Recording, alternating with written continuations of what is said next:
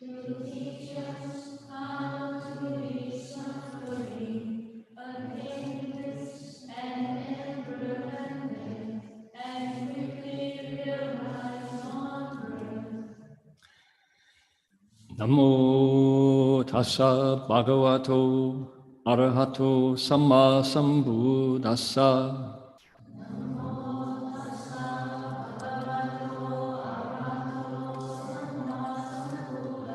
Homage to the blessed, noble, and perfectly enlightened one.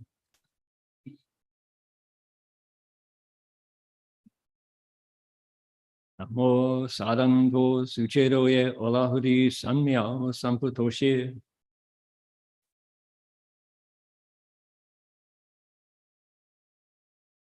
Wu shang shen shen wei miao fa bai qian wan jue nan sao yu.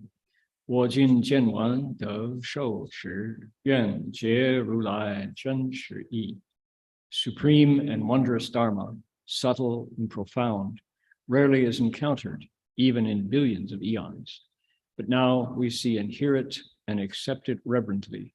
May we truly understand the Buddha's actual meaning. 师父上人, 各位师兄大家, Amitofo, Venerable Master, Dharma friends, welcome to our Sutra lecture tonight. My name is Heng. Today is Saturday, September 24th. We are into Libra, and we are on the very first day of a Guanyin Bodhisattva recitation session here at the Gold Coast Dharma Realm in Queensland, Australia.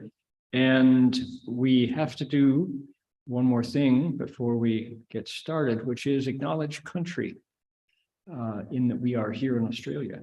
And I want to say that the Kombu people of the Ugambi language group practiced spiritual connections to land, to living beings, and to all creation in this location for tens of thousands of years, becoming, by doing that, to this day, probably the longest continuous human civilization on planet Earth.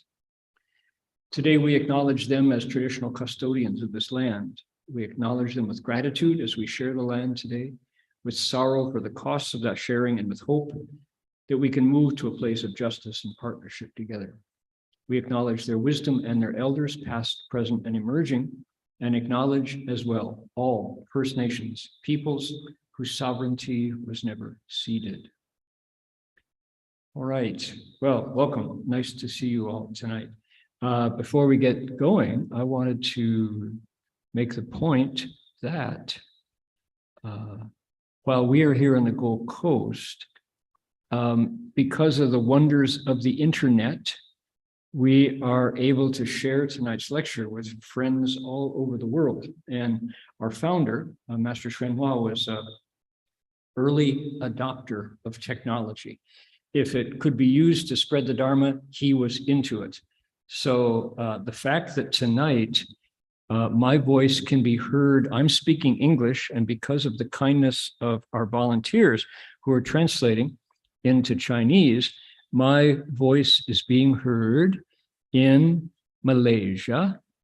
Let's see here, where else? In Guangdong, Foshan, in Zhejiang, Haining.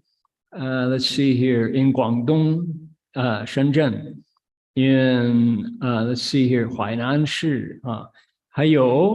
Richard, hi Richard, he's just across town here.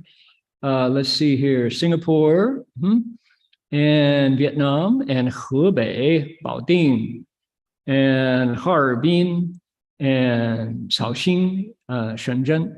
Let's see here, Zhejiang, Lanhai, and Yunnan. We're being broadcast into Yunnan. That's marvelous. And then Suzhou in Anhui, and then into Shandong and Guangzhou and Malaysia. And let's see here, Beijing and Guangdong and Shanghai. All right, we'll take it. I think that's wonderful that we have so many friends worldwide. Nobody from the US unless they are night owls or Europe, because it is very, very early in the morning there. So now I mentioned that today is the first day of our Guanyin Bodhisattva recitation session. And we did something historic today, very successfully, which was the very first time that the Pumanpin, see, we get the Buddha's head in, there we go, that the Pumanpin, the Universal Door chapter of the Lotus Sutra, was recited entirely in English from start to finish. And where there is still room to improve, the fact that it was done with good spirit and on time and respectfully and rufa according to Dharma, I think that is a win-win. So we would love to hear those of you who listened, like I did. We had 80 some people, I think, and listening online, as well as those present. And my impression of the experience, it's only been in Chinese historically, ever until today here in Australia. And my impression of it was, it's just going to slip right in and people are going to go, yeah, we do it in English. It was so okay, so suitable, and no glitches, no hiccups, just the heart of Guanyin Bodhisattva opened up so that people can cultivate according to it. So what more do you want? Yeah. Now, tonight, it's my opportunity to be here in this beautiful Buddha hall with, let's see, 1, 2, 3, 4, 5, 6, 7, 8, 9, 10, 11, 12, about roughly 20 of us here face to face, and another, let's see here, another 50 online.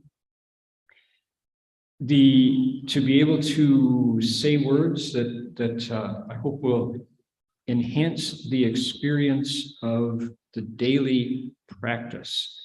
And I'm going to do this first. Let's see, let me share my screen and show folks that here, this is the Zoom control panel gets in the way there. There we go. There we go. Yes, there we are. This is the schedule for the 7-day Guanyin recitation session. From the 24th today, that's Australia 24th, to the 30th of September, which is next Friday. Here's the schedule. There will be today and tomorrow, there will be a Chinese recitation of Guanxin Pusa Fumenpin, followed by Guanyin Bodhisattva's name, starting at 8:30 in the morning till 10 a.m. From 1:30, then that's it for the morning.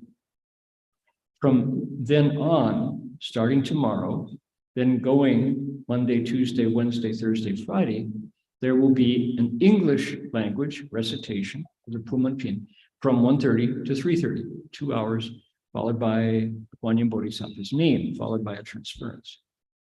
So if you would like to join in, and the Chinese is, I see, the Chinese moves to the evening. That's how it works.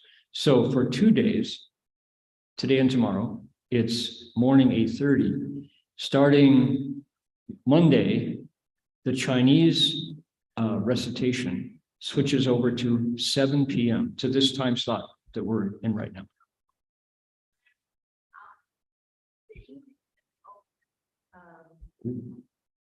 Alternate. I see. It's complicated. Just best thing to do is just don't ever hang up. Just stay online. And that way you'll never miss. So there it is. You can see here's the Chinese, English, Chinese, English. Okay. So this schedule is here. And to find it, you go down to the bottom and you get the Zoom link with the Zoom ID, which I will copy here. And after I go through all of this, I'm going to tell you the quick way to do it, not the way I'm doing, which is go to the website. There we go.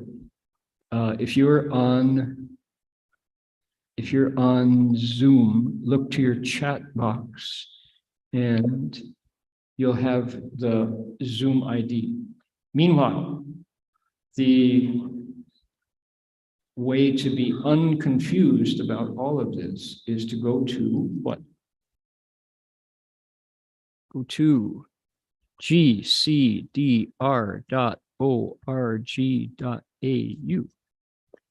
Gold Coast Dharma Realm, GCDR.org.au. And here is the Zoom link and the way to find out what's happening. Just click over. It is also live streamed on YouTube. Many of the friends from China won't be able to pick up YouTube, but you can go to Zoom. So here it is. Is the detailed schedule on the website? Where events? Is that where I go? Let's see here. Events? Upcoming. There it is, right there. That's all you need to know. Yep. Okay, so there it is. Go to events, which is up at the top, and then upcoming, and you'll find it. Okay, how about that? So do check out the English recitation. The text will be on the screen so you can follow along. And many people, this is very interesting, many people report to me. They say, I've been a Buddhist all my life. My grandma, I used to follow her. We heard the Pumanpian a couple times a year on the Guanyin sessions. And I even at one point, I almost memorized it, but I never really understood it. It was kind of like, it went by really fast and you kept up with the wooden fish, tap, tap, tap, tap, tap, tap, tap, tap. But if I had to explain it, I really couldn't. But you know, the first time I recited it in English, I was amazed. Is that what it's been saying all this time? How neat. It was almost like an adventure story, people say. The Universal Door chapter, Pumanpian, reads like an adventure novel. All kinds of danger, all kinds of rescues, all kinds of heroism. And some people hear the Chinese and get it right away. Many people just kind of keep it at arm's length and it goes by really fast. When you hear it in English, it's like, oh my goodness, I had no idea it was talking about that. You know, how to raise a good, how to choose the gender of your unborn child. Want a boy, want a girl? You can. And here's how. Sutra talks about that. The sutra talks about what happens if you're threatened by wild animals. You encounter angry wallabies or something. We have three young women from the Berkeley Monastery who are part of our community. They went up to Snow Mountain Monastery up in the Cascades to take part in a Chan session 2 weeks ago. When the Chan session finished at Snow Mountain, they went on up to one of our newer properties in British Columbia. It's called Golden, British Columbia. They went on an extended hike up into the Glacier National Park, and ran into a bear with two cubs, a mother bear with two cubs, and immediately started reciting, "Namo Guanyin Buddha," scared the bear away. So it just works perfectly, just that's what you do. Namo Guanyin. So it's the volume of your shout, and they were saved. And probably the mother bear was happy that she didn't have to deal with these crazy screaming humans. So the what I want to talk about tonight is what's in the Pumanpi. Take a look. We're going to take a look. Here it is. Sutra on the lotus flower of the wondrous Dharma. The universal door. Some people say gateway. Man, this word right here, it's actually a picture of a swinging door.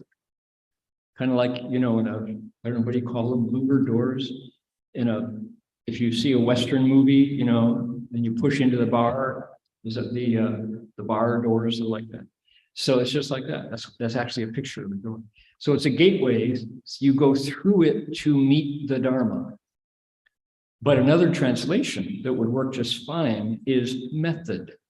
Fa-man, Dharma, a method of practice that opens your own mind to you. So it's a door, both literal and figurative.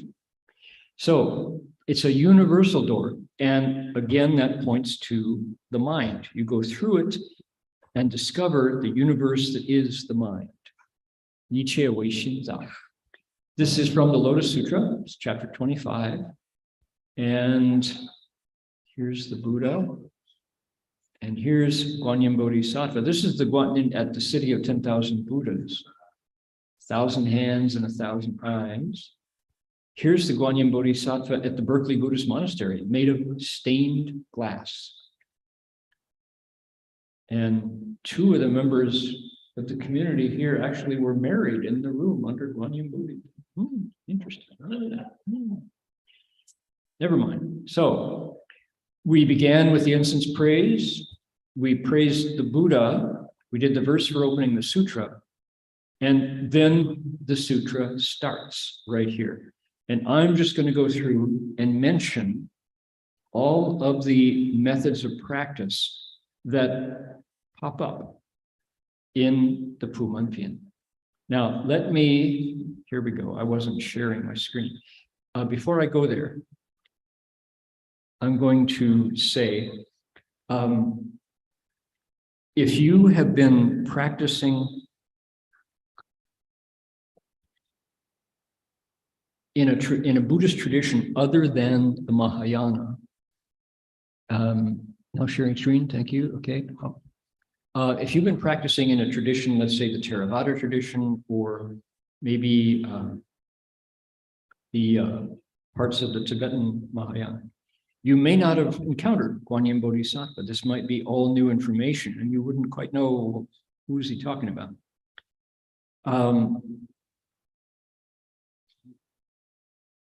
Once you discover Guanyin Bodhisattva in the Mahayana, you discover she's everywhere. Of all what are known as the celestial bodhisattvas, in Chinese they call them the Siddha-Pusa, the four main bodhisattvas. That would be Manjushri and Samantabhadra and Earth Store, Dizang, Kshitigarbha, and then Guanyin. She is by far the most popular, the most easily encountered. Give an example. Of all the different Mahayana sutras, probably the one that people encounter most often might be the Heart Sutra. It's short and it's pithy. It's recited, when you don't recite anything else, you recite the Heart Sutra. And it belongs to a category of Buddhist texts called Prajna, Boro, Jing, of which there are many different ones, some short, some long. It's among the shortest. But how does it begin? The Heart Sutra begins, Guan Zizai Pusa, Xingshan Boro Bolo Mido Shi. When the Bodhisattva Avalokiteshvara was practicing the profound Prajna Paramita, Guanyin appears in the Heart Sutra. She appears in the Earth Store Bodhisattva Sutra. She appears in the Avatamsaka Sutra. She appears in the Shurangama Sutra. Just everywhere you look, Guanyin Bodhisattva appears. But of all the different appearances of Guanyin Bodhisattva, there's one place where people like her story best, and that's right here. The Universal Door chapter in the Lotus Sutra. One chapter out of the whole Lotus, number 25. Chapter 25 out of 28. And yet, this brief chapter tells Guanyin's story the best. How does it start? Another bodhisattva, whose name is Wu Jin Yi, infinite resolve, stands up. He does exactly what Bhikshuni Jinshuan Shi just did. Kneels down, bows one knee, says, "Tell me about Guanyin Bodhisattva." Where did her name come from? The contemplator of the sounds, the one who listens to the cries of all beings in the world. The Buddha says, "Sure. Let me tell you about it." Here's the thing about Guanyin. If there were hundreds of thousands of millions of living beings who were in pain or scared or troubled, and if they heard the name Guanshi and Bodhisattva, and then Cheng Qi Mingzi, how does it go? Yixin Cheng Ming, with a single mind, with concentrated focus, Cheng Ming recited the name, invoked the name, Namo Guanyin Pusa, or just Guanyin Pusa. On the spot, Guanyin Bodhisattva will respond and solve their problems. That's it. That's the first thing the Buddha says. They will go free from all kinds of troubles when they recite, when they ask, Guanyin Pusa, help me out. Give me a hand. I need help. That's where the name comes from. Okay, from that point, the Buddha gets specific. Says, guess what? Fall into a fire, fire won't burn you because Guanyin Bodhisattva helps you. If you fall into a flood, if you're about to drown, call Guanyin Bodhisattva's name, you'll reach the shallows. If you go out into the world as a merchant, looking to trade valuables for other items and bring back and make money, and en route, you run into trouble, all it takes is one person among the group to say, Namo Guanshi Pusa, and all the caravan, all of the trade mission to China, to Vietnam, wherever you're going, will be saved. This is why we call her the one who hears the sounds of all the world. Right? So if you're facing deadly harm, if you're about to be mugged, you recite the name of Guanyin Bodhisattva, somehow you're safe.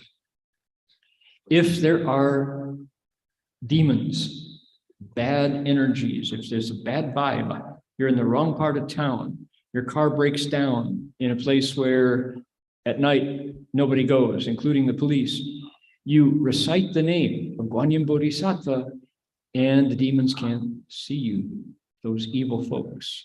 You become invisible. Okay, now look at this one. This is so interesting. Suppose you are imprisoned. Suppose you run afoul of the police. Then you recite the name of Guanyin Bodhisattva and you go free. And of course, everybody goes, wait a minute. How is this the criminal justice system? Do the police know about this? Maybe don't teach this to criminals, because then you've got lots of guilty people running free, reciting Guanyin left and right. Doesn't work that way. People, story within a story. So yeah, that's the point. Unjustly imprisoned for, let's say, political crimes, thrown in jail because you expressed your opinion.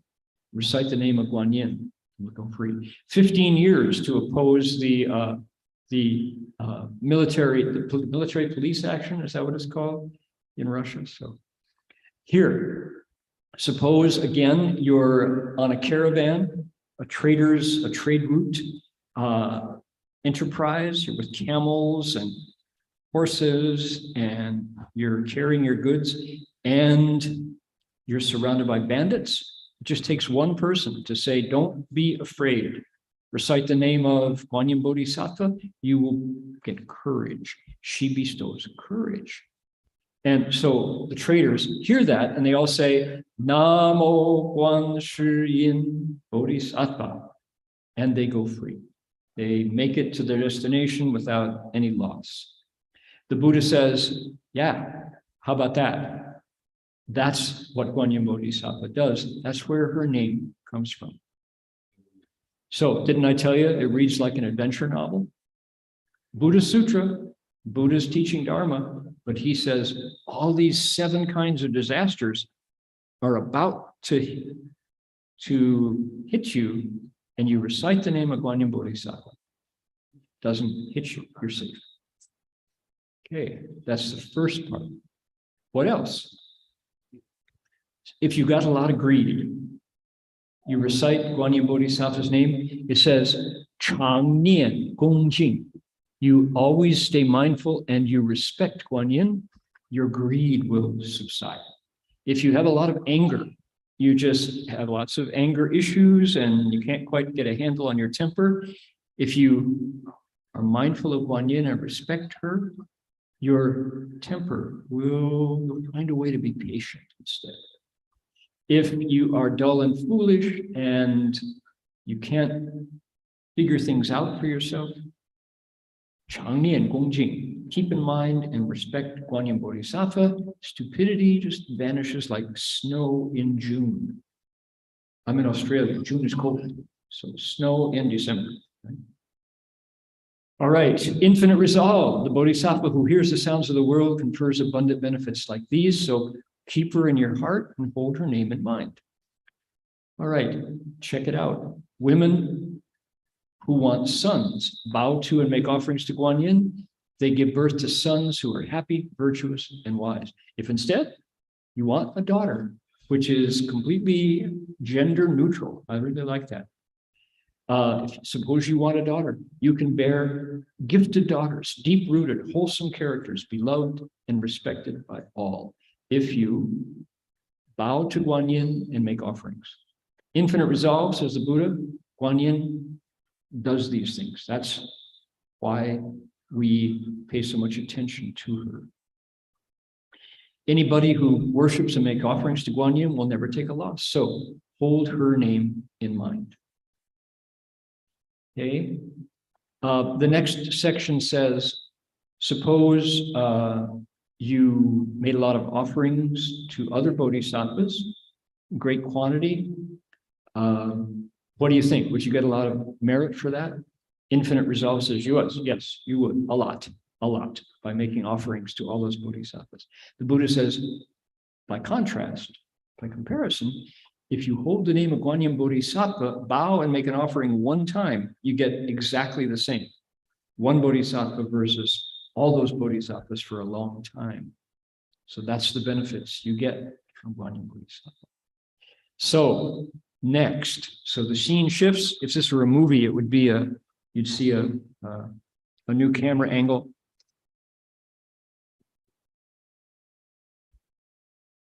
Infinite Resolve says, tell me how Guanyin Bodhisattva teaches. And there's a long section about Guanyin Bodhisattva's 32 responses. She appears in different forms in order to teach living beings. And there's a long list from the highest Buddhas all the way down to Vajra Dharma protectors, kind of violent spirits that protect with righteous energy. And so it says, yeah, Guanyin Bodhisattva does all that. We call her the Bodhisattva who gives courage. Shi Wu Wei Pusa, the Bodhisattva who gives fearlessness. So Infinite Resolve says, wow, okay, I'm impressed. I want to make an offering to Guanyin. Tries to give Guanyin some recitation beads. Guanyin doesn't take them, doesn't need them. He does again. Guanyin refuses again. then the Buddha says, it's okay. Don't take them because you want them, take them because by letting the Bodhisattva make an offering to you, you help him out. So Guanyin says, all right, you don't say no to the Buddha, accepts the beads, divides them in two, and gives half to the Buddha and half to the stupa of the Buddha Duobao, many jewels. Interesting interlude there, right? So demonstrating Guanyin Bodhisattva's lack of greed, for one thing, no greed, but how by that making offerings is good for the giver, not for the receiver. All right. So what have we done? That's basically the content of the Universal Door chapter. So called the 7 difficulties that Guanyin rescues from. Then the 3 kinds of greed, anger, and delusion that she will remove from you. If you want arachou, if you want a boy or a girl child, she'll help you create a family, design the family the way you want to. Then talks about the blessings that come from making offerings to Guanyin. Then we talks about the 32 forms that Guanyin appears in. All amazing, right? So for these reasons, this chapter is beloved. People really like this chapter. It just tells a wonderful story about the Bodhisattva whose vows are there entirely to help us make our lives better. In the nitty-gritty, Guanyin Bodhisattva gets her hands dirty. She's there when troubles come. She's there in times of danger. I think I told my golden British Columbia Guanyin rescue story last time we had a Guanyin. Did I, Sam? Do you remember that? Remember that story? Shoot, I got to get a new one. I can't retell. I don't want to recycle my stories. Okay. What I thought I would do is Master Xuanhua instructed his disciples. He said, use whatever you have to teach the Dharma. Use whatever skills you have. He said to me in particular, he said, don't try to be an old Chinese monk. You'll never make it. You don't have what it takes to be a Chinese monk. He said, why do you want to be a Chinese monk? You should be your own person and teach the Dharma based on the gifts that you have to share. And he said specifically, he said a monk who can play the guitar would be very useful in the future. So I thought, well, Shifu is a songwriter. Master Hua wrote lots of songs. And so why don't I use my background as a folk singer and introduce Guanyin Bodhisattva to my audience. So I took the qualities talked about in the Pumanpian and wrote a song, as well as the other sides of Guanyin Bodhisattva that are not mentioned in the Pumanpian, such as, what would that be? Well, how about the Great Compassion Mantra? Yeah. How about Guanyin Bodhisattva as the healer? She is the Bodhisattva who you call on when you're sick. How about the 42 hands and eyes that are part of Guanyin Bodhisattva's teaching? How about Guanyin with a qian shou qian yan, 1,000 hands, 1,000 eyes, 1,000 ears? That's an important aspect to Guanyin Bodhisattva. And then all of the 32 transformations. So I put all of those different aspects into a song. And here it is. So let's see if we can sing it. It's a sing-along, so you have to do your part, and I'll teach you that part now. You go, Namo GuanYin Pusa, Namo GuanYin, Namo GuanYin Pusa, Namo GuanYin. I return to GuanYin Pusa, Guanyin Bodhisattva, Namo GuanYin. Easy, huh? You all can do that one? Want to try it? Namo GuanYin Pusa, Namo GuanYin. One more time. Namo GuanYin Pusa, Namo GuanYin. Easy, right? Homage to the Bodhisattva GuanYin, who made a vow to save us from the troubles that we're in. Although she travels far and wide to save all as she roams, 10,000 Buddha's city is the Bodhisattva's home. Homage to the Bodhisattva GuanYin, bringing joy and ending sorrow, say her name again. Homage to the great Dharani, holy magic spell, healing sickness, stopping evil, lucky as you will. Okay, ready? Here we go. Your part. Namo GuanYin Pusa, Namo GuanYin, Namo GuanYin Pusa, Namo GuanYin. Namo Bodhisattva, who observes the world's sounds. Everywhere your name is heard, happiness abounds. Contemplating freedom, compassionate and kind, saving all from suffering and bringing peace of mind. Namo great compassion mantra, holy magic spell, power inconceivable for those who hold it well. Miracles more wonderful than words can ever tell. Chant the mantra's ancient sounds and troubles you dispel. Ready? Namo GuanYin Pusa, Namo GuanYin, Namo GuanYin Pusa, Namo GuanYin. Known by many different names, many different lands, Bodhisattva GuanYin with 1,000 hands, 1,000 eyes, 1,000 ears, respond to those in need.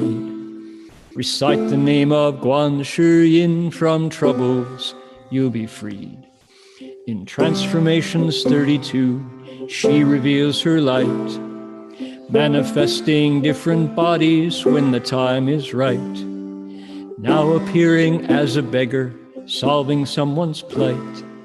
Now appearing as a king with awesome royal might. Now a monk and now a maiden, now a noble man, teaching in a way each different being can understand. Compassionately bringing joy, ending suffering. That's the greatness of the Bodhisattva GuanYin. We ready? Namo GuanYin Pusa, Namo GuanYin, Namo GuanYin Pusa, Namo GuanYin. Here we go, one more time. Namo GuanYin Pusa, Namo GuanYin.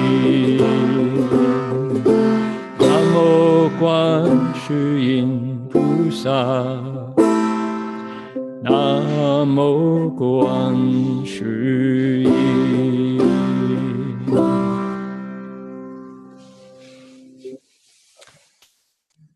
All right.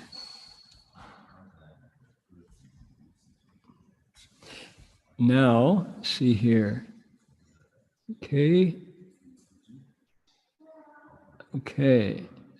可以了，让我听一首歌，一会歌。好，满你的愿喽。好的。Okay. Here we go. We don't have a mic stand, do we? It would be it's a lot easier with the microphone. So the I have a brand new song that I would like to share with people later, based on the what are called the Qi Nan, the 7 rescues of 7 difficulties that Guanyin Bodhisattva rescues people from. Thanks. And I'll teach that to you. Now, the thing about Guanyin Bodhisattva, there's all kinds of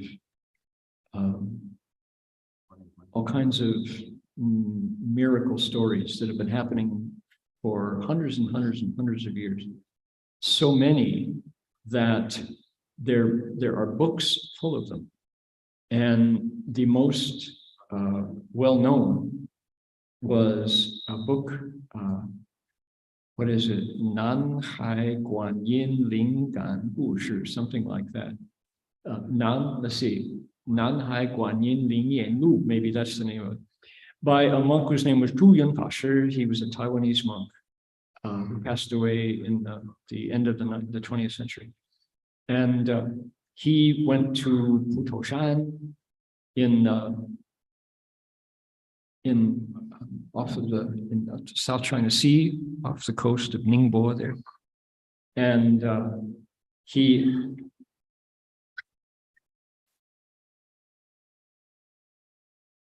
got some Dongding tea here. Master Zhu Yun collected the best of those stories that have been around a long time.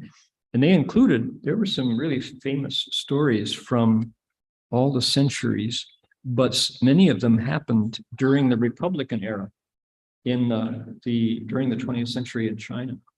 So some of the stories were current. And I want to say that those stories haven't quit. They're still happening.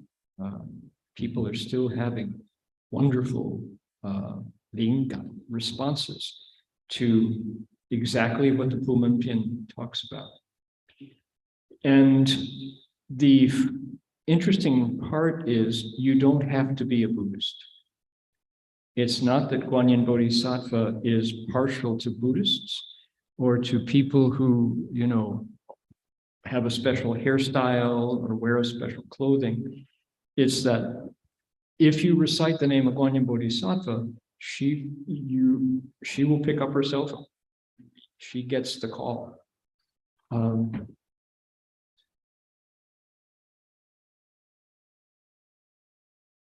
I remember I've spoken about Guanyin from this seat in this room for many years now, so I'm kind of running out of my stock of Guanyin Bodhisattva stories that I saw personally. I have a couple dozen, and including some that are just truly, truly amazing. But one of my favorites happened when I went to a Benedictine Catholic monastery above Barcelona in Spain. And the monastery is called Montserrat, which is serrated mountain, serrated like a comb. The mountain looks like that, serrated like if you turn a comb with the tines facing up, Montserrat.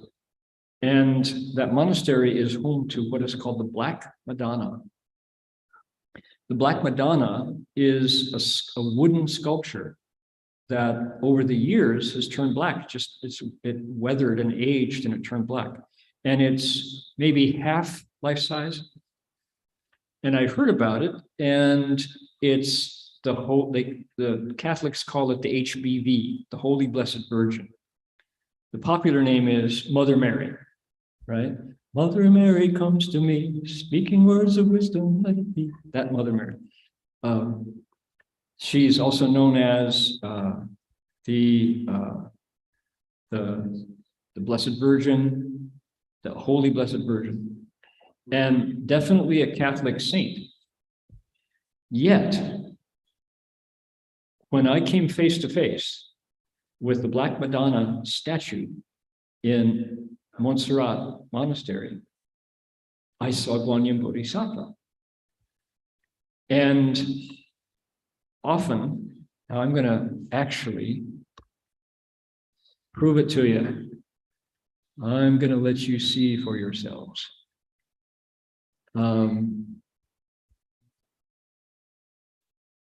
It's so stunning, the resemblance that, hold on here we go. Scrolling up, here we go. Looking for that folder, there it is. We're gonna go sort it that way and go here.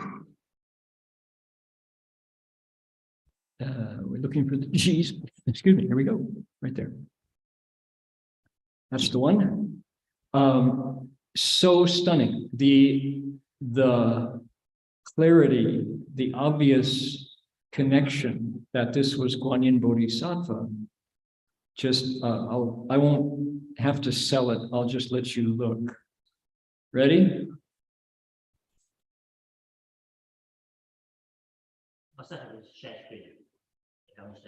Am I sharing? Am I not? Can't see it? It really helps to share your screen, Dharma Master. Okay, thank you. What would I do without people reminding me that I've forgotten to share my screen? Okay, ready? Here we go. Here's the drama. That's the side view. That's the front view. This is a Catholic saint, Roman Catholic. But how often do we see Guanyin Bodhisattva holding a little child, Shansai Tongzi, who looks just like that? How often do we see Guanyin Bodhisattva holding a wish-fulfilling pearl, just like that? How often do we see Guanyin Bodhisattva looking like a compassionate female, wise and dispassionate, compassionate? That is remarkable. And the group that I was traveling with, we Buddhists saw this image and we bowed right in the hall. We bowed. People are going, what are those monks doing? They say, Guanyin Bodhisattva. Then when we explained, our Catholic hosts said, that's a wonderful story. Is it okay if we share Guanyin? Don't steal our saint, but don't 不要把我们的神人多起来了不要多抢我们的神so don't steal our saint, but instead let's investigate. So we did, and we discovered that our theory of how this works is that when humanity looks for an image of compassion, this is the way we see it. And there's no benefit by forcing it to be one or the other. It is instead some sort of a universal expression of compassion that the human heart somehow reaches for this kind of image when we want to find compassion. Interesting, huh? So, yeah. So who indeed is Guanyin Bodhisattva, and how can two of the world's major religions come up with a figure so similar? And yet, notice the female nature of that. There's a story that talks about Avalokiteshvara, the Indian incarnation of what became Guanyin Busa in China. And Avalokiteshvara was male, masculine, in fact, had a mustache, distinctly male. There are images of Guanyin from the Gandhara period, which is Greek, when the Buddha Dharma traveled west in India instead of east to China and met the Hellenistic cultures of Greece, and images were created, and there's Guanyin images that look very masculine. But when Guanyin reached the culture of China, Guanyin was expressed in the familiar feminine strength that we know. So interesting, huh? Now, this is a story that people reach for without needing to sign up to being a Buddhist, being a Mahayana Buddhist, or we're Theravada Buddhists and we can't do that. I don't know if I told you the story that in 1983, I had an opportunity to go to Burma, to Miandian, and now changed to Myanmar. And there's a city in Burma called Pagan, Phean. And Pagan is known as the city of 1,000 stupas, Baota, 1,000 Buddhist religious structures. In the 12th century, the king of Burma just emptied the treasury to build religious structures, stupas, and placed the relics of the Buddha in each one. And it's amazing. Pagan is one of the wonders of the world. And it's religious, Buddhist religious architecture. These stupas, these interesting buildings that just cover the landscape. And of course, this is the home of the Theravada tradition. Pali, the Pali Buddhist language, was the first written language in Burma. So what is now Burmese script was based upon Pali. So you know how deeply rooted Pali Theravada Buddhism is in Burmese culture. So we didn't expect to find Guanyin Bodhisattva when we visited Pagan. And yet there's a stupa called Ananda, the Ananda stupa, one of the biggest and the oldest. And we went in, and here was Guanyin Bodhisattva. Clearly, this was a female figure of compassion in the midst of the heartbeat of Theravada Buddhism. So people pick up Guanyin when we need it. We recite her name when we need it. And the deal is, if for those who are hearing about Guanyin maybe for the first time, or just this is the right time to hear it, so something clicks, it's important for me to say how to do it. What do we do if we want to nian bi Guanyin li, to recall the strength of Guanyin Bodhisattva? And so I want to show you what to do.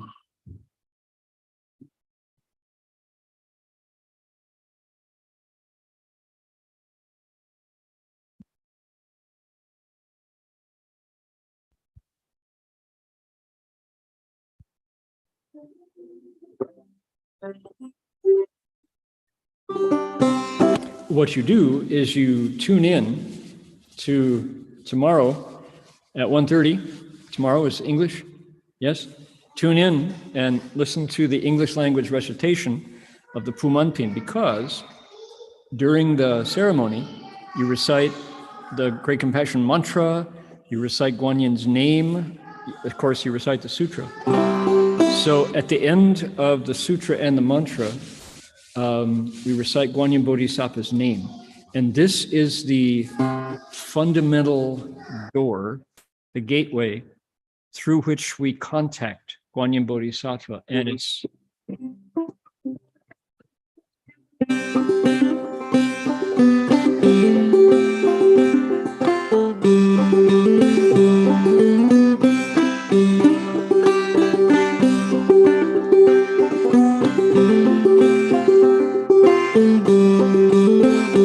that's the melody. And what we say is Namo. Namo means I find my security in, I return to, I find comfort and safety. Namo, Namaha in Sanskrit. Namo, I return to. Guan, everybody can say Guan, contemplator. Shi, world. Yin, sounds. Bodhisattva. In English, we say Bodhisattva. In Chinese, we say Pusa. So I return. I can't translate into English yet. Keep trying. My watch just told me I can't translate it in English yet. Okay, so it's falling. All right.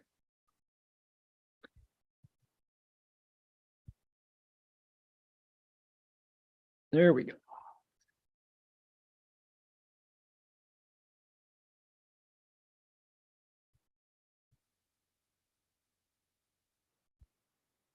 Basic physics involved here. Weight versus length. Okay. So we're going to say Namo Guan Shiyin Bodhisattva. Bodhisattva means awakened being. Then at a certain point, we're going to go Guanyin Bodhisattva, Guanyin Bodhisattva, like that. So here's the idea is if we pick up this melody, pick up this tune and sing it 5 times, 10 times, 21 times, 108 times, and even do it for 5 minutes a day, after about a month, it kind of invades our bloodstream. And there's something about this melody and that sound that certainly my nature enjoys. I like hearing it. I like chanting it. And bit by bit, it becomes something we do. And then on some sorry day, something happens and we are in physical danger or emotional or spiritual danger. And what comes to mind is Namo Guan Shiyin Bodhisattva or Guanyin Pusa or Guanyin Bodhisattva. And that name is available to us in the time of stress and need. And somehow that hand comes out and saves us.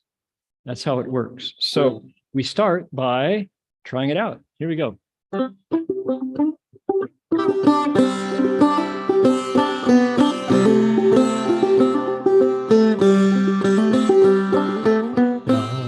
Namo Guan Shiyin Bodhisattva, Namo Guan Shiyin Bodhisattva, Namo Guan Shiyin Bodhisattva, Namo Guan Shiyin, Namo Guan Shiyin Bodhisattva,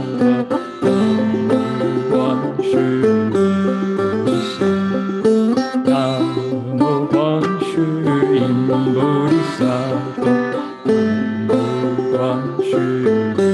Imagine you're walking down a road. Namo Guan Shiyin Bodhisattva, Guan Shiyin. Namo Guan Shiyin Bodhisattva, Guan Shiyin. Here we go. Guanyin Bodhisattva, Guanyin Bodhisattva, Guanyin Bodhisattva, Guanyin Bodhisattva, Guanyin Bodhisattva, Guanyin Bodhisattva, Guanyin Bodhisattva, Guanyin Bodhisattva, Guanyin Bodhisattva. One more. Bodhisattva, Guanyin Bodhisattva.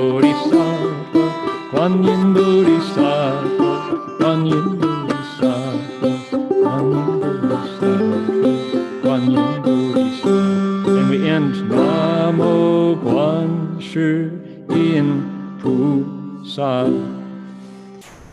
So that is the actual basic Dharma method for accessing all of the wonderful vows of Guanyin Bodhisattva. That's what you do, is you recite the name.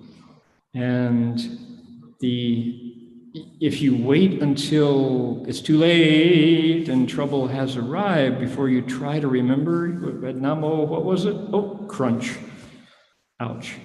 So don't wait, pick it up now. And as they say, it'll do you no harm. I'm thinking of all the stories that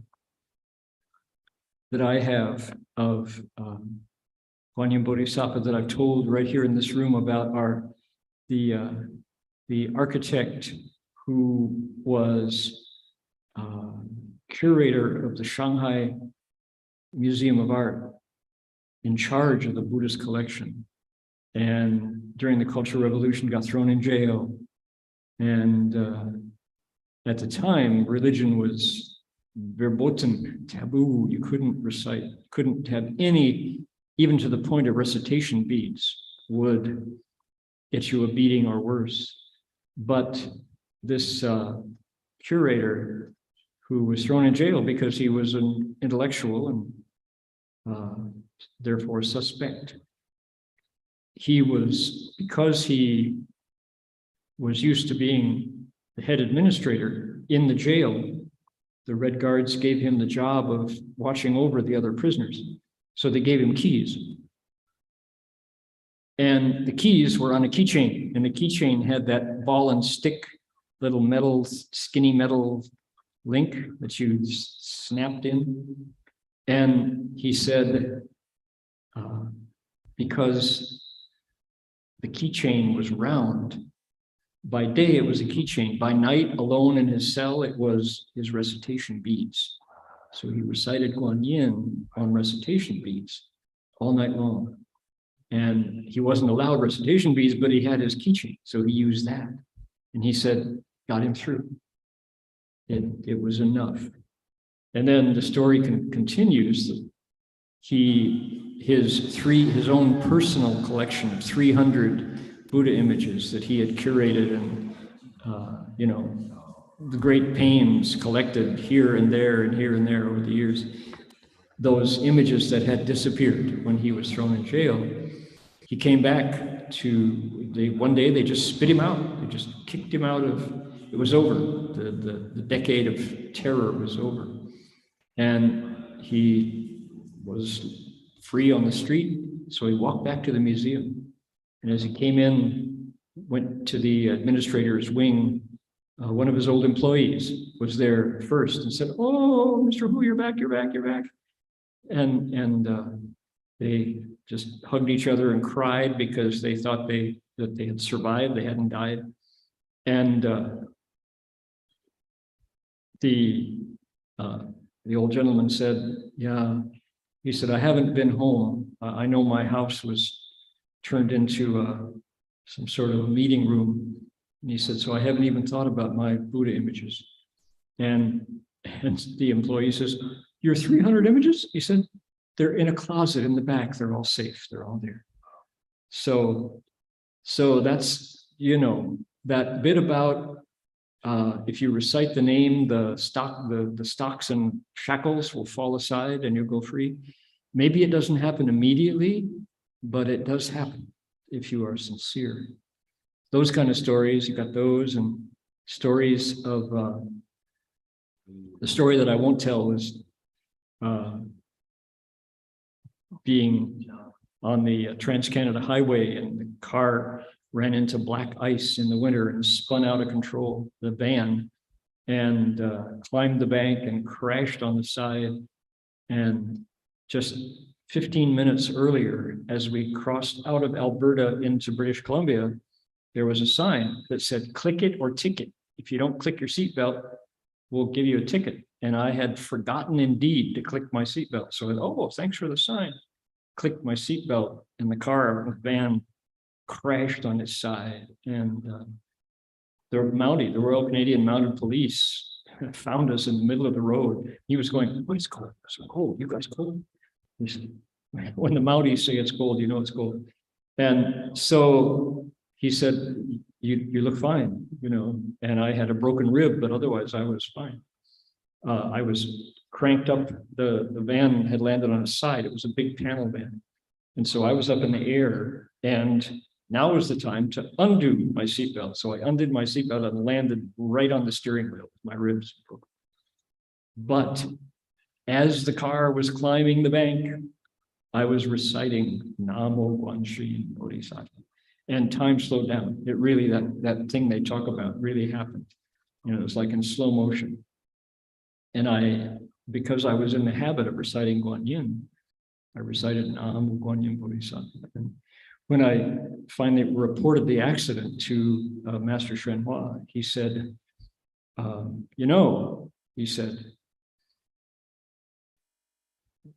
good thing you have a little cultivation, because he said there were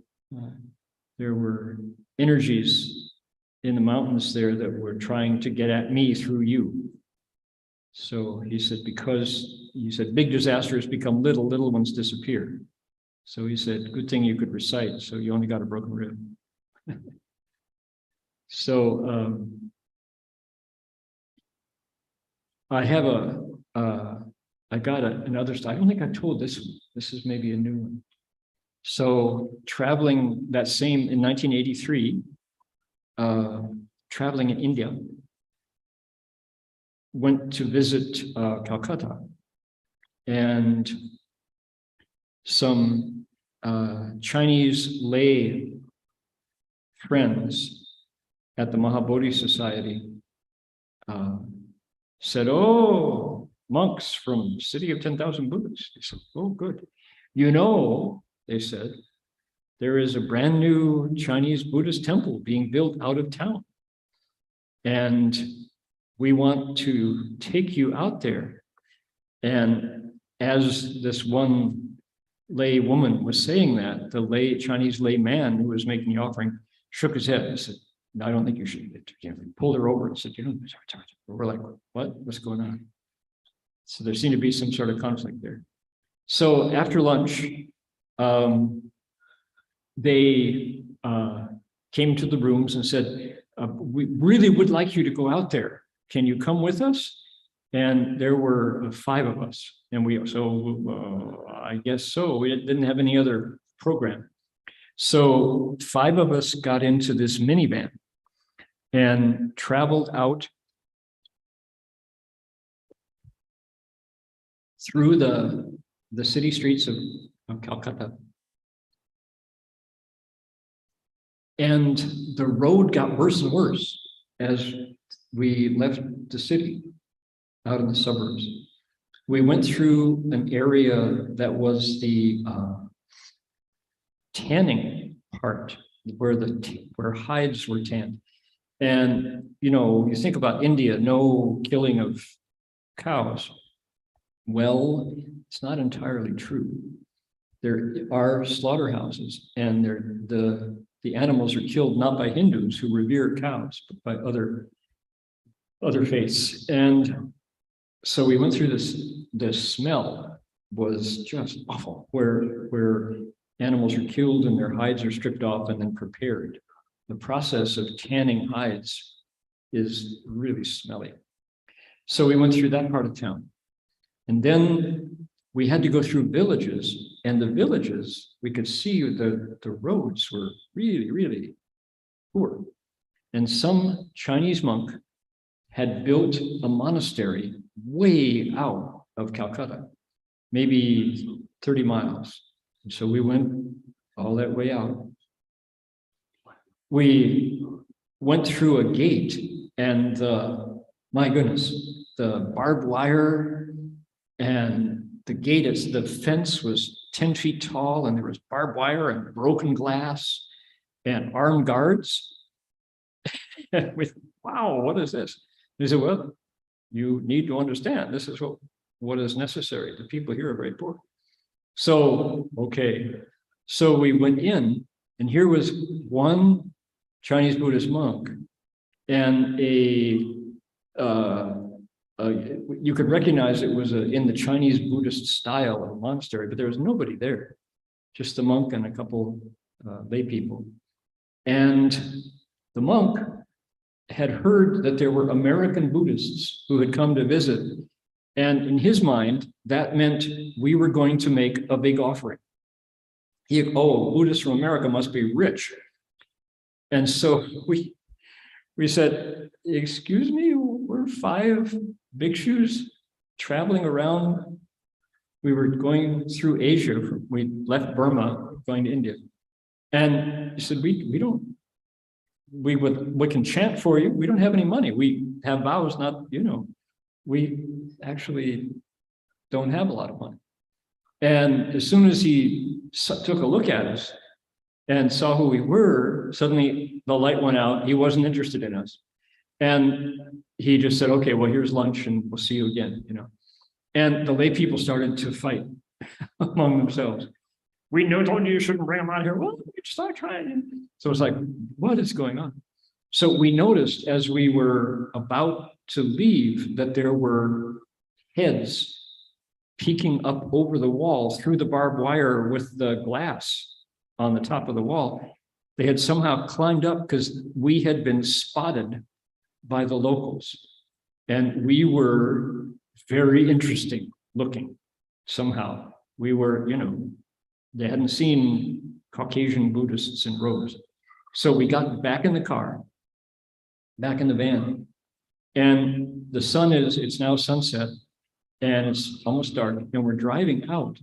And as the roads got narrower and narrower, and suddenly we got to a section of the road with fallen trees blocking the road, big trees. And what I saw was the driver from Mahabodhi grabbed the ignition key, pulled it out, and stuck it under his leg.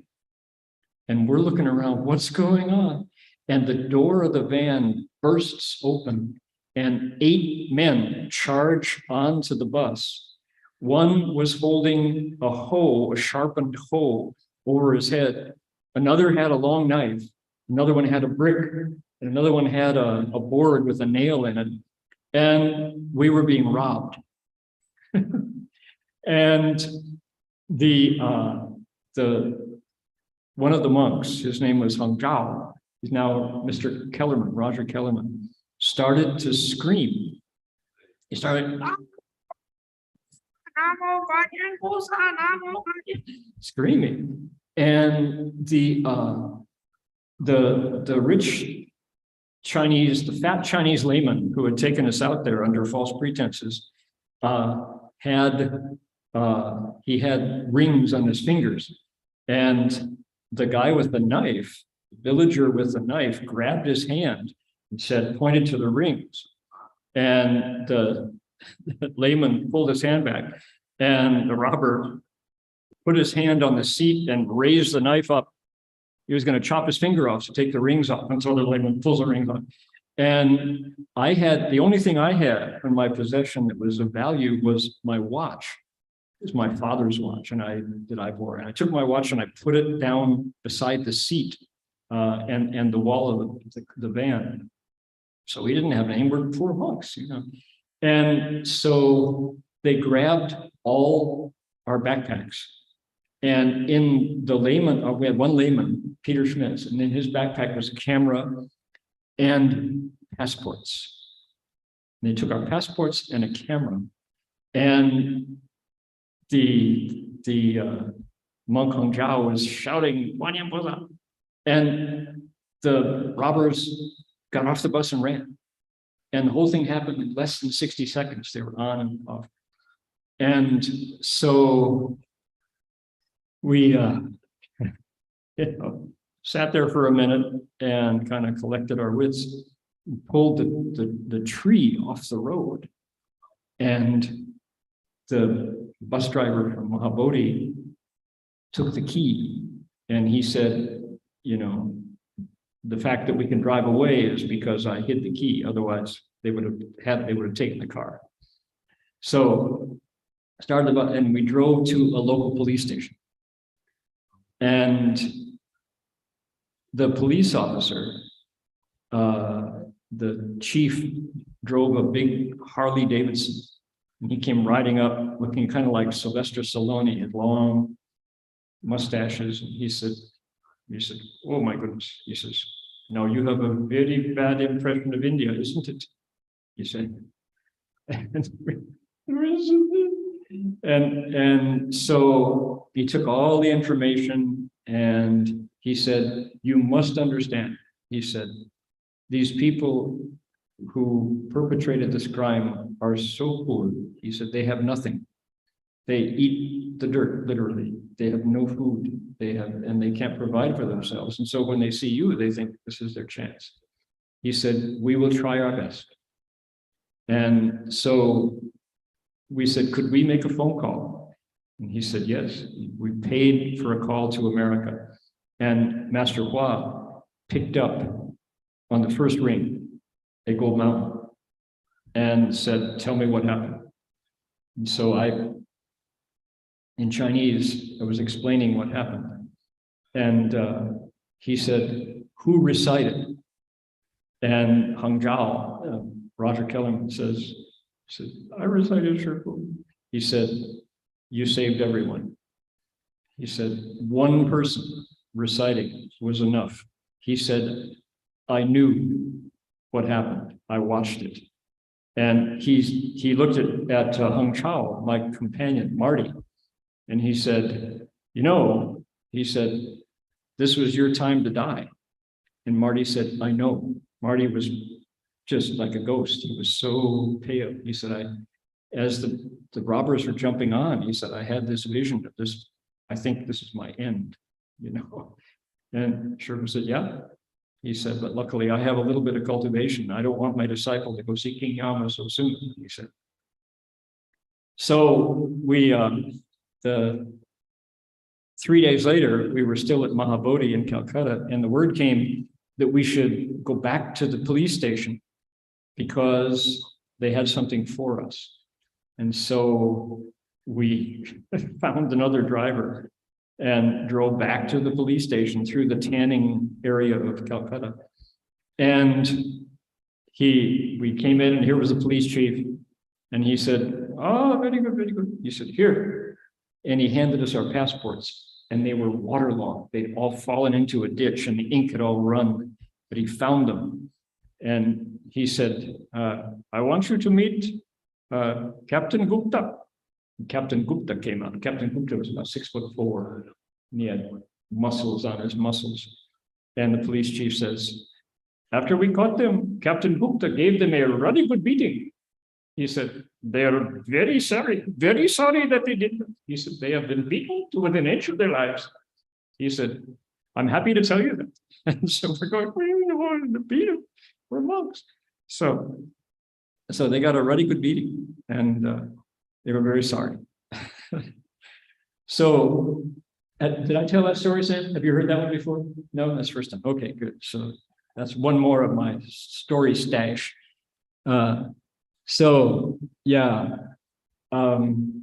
If one person in your group can remember to recite the name of Guanyin Pusa, things can go well. Even in the midst of troubles like that, being robbed in India, you can still live to tell the story. So I have a song here about the 7 difficulties. The tune is the Kati Ren, and the Kati Ren is a 14th century British tune. It goes like this. See if you can find the Pumanpian in it. Oh, tell me your trouble, said Guanyin Bodhisattva. The water will drown me, said all living beings. Recite my name truly, said Guanyin Bodhisattva. The waters will dry up and you will not drown. Oh, tell me your trouble, said Guanyin Bodhisattva. The fires will burn me, said all living beings. Recite my name truly, said Guanyin Bodhisattva. Fires will go out and you will not burn.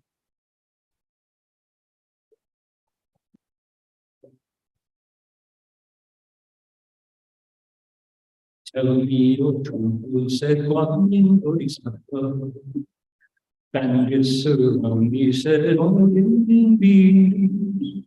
Recite my name truly, said Guanyin Bodhisattva.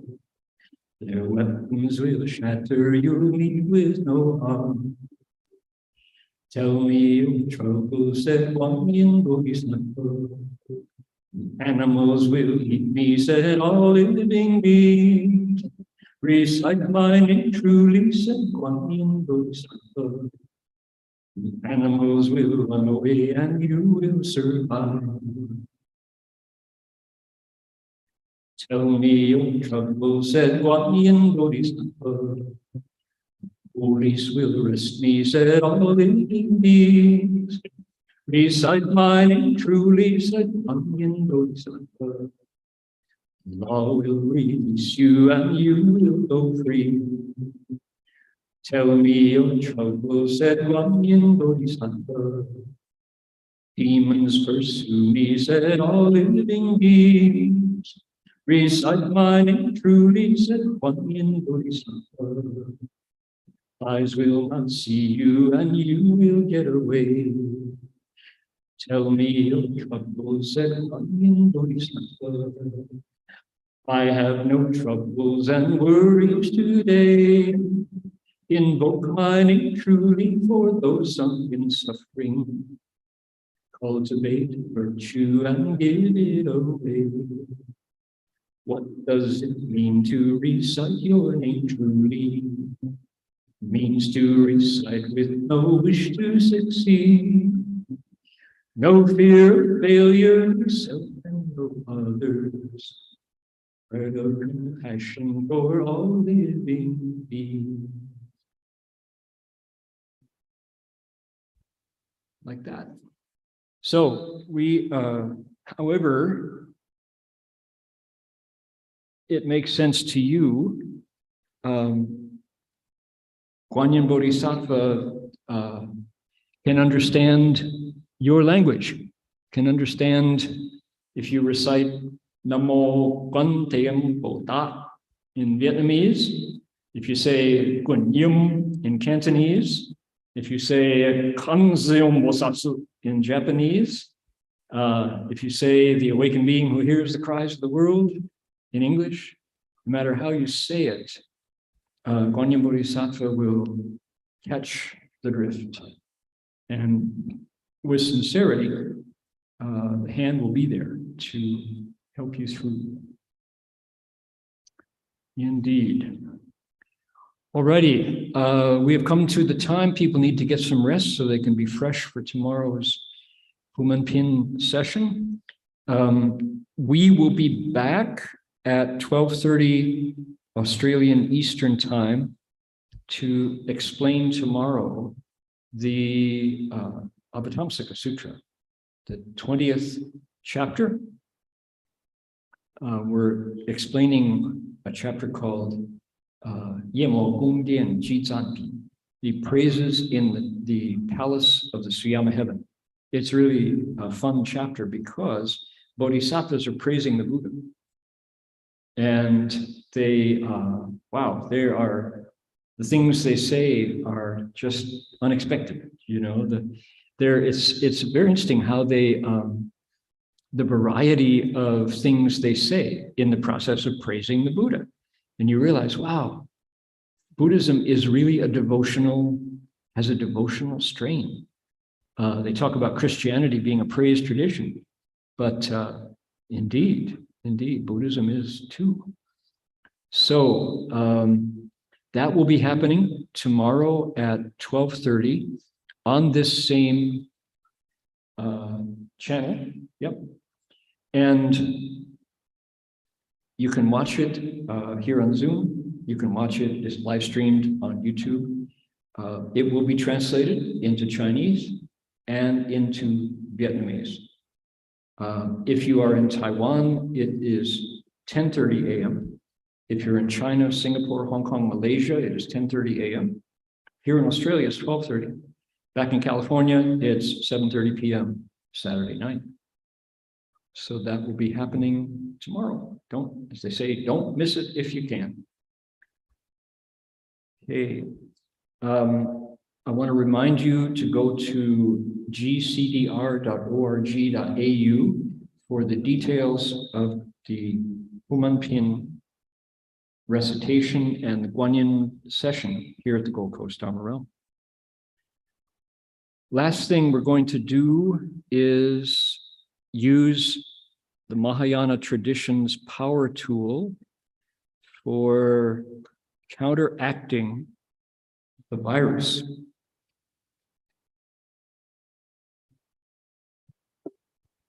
Medicine Buddha is the Buddha who helps us in times of illness and discomfort and disharmony.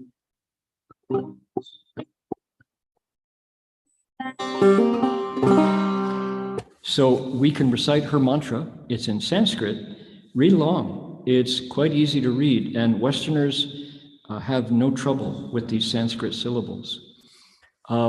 The thing about this is we're using the mantra to transfer merit. Ordinarily, you'd have a whole verse for transferring, but because we're in a pandemic time, so we want to use this Sanskrit mantra to share all the goodness that comes from your joining in with our wholesome team, and all the volunteers who make this lecture possible, and the nuns who are convening this ceremony this week, and working hard to create opportunities for you to be able to cultivate. So all of that creates gongde, and you can give it away with a thought, make a wish for a better world, at least a disease-free world. Okay, so here we go. Please try it.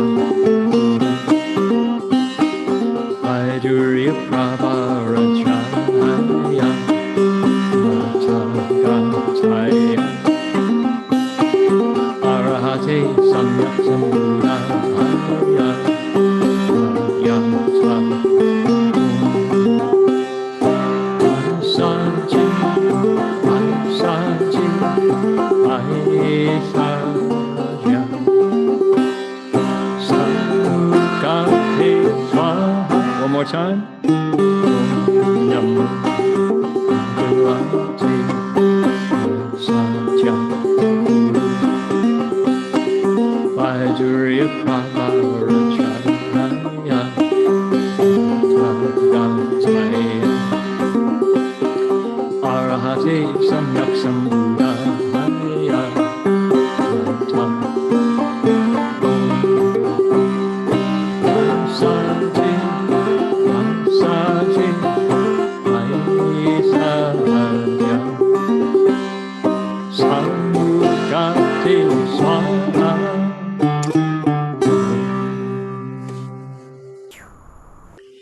We will bow to the Buddhas 3 times before we're done. You're welcome to join if you care to. Okay, first bow. Second bow. And third bow.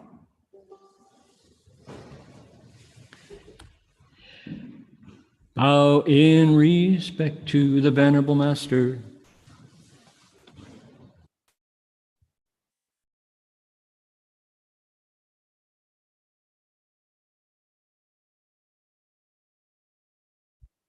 All right, that will do it for us for tonight. Namo Guan Sri Yin Pusa.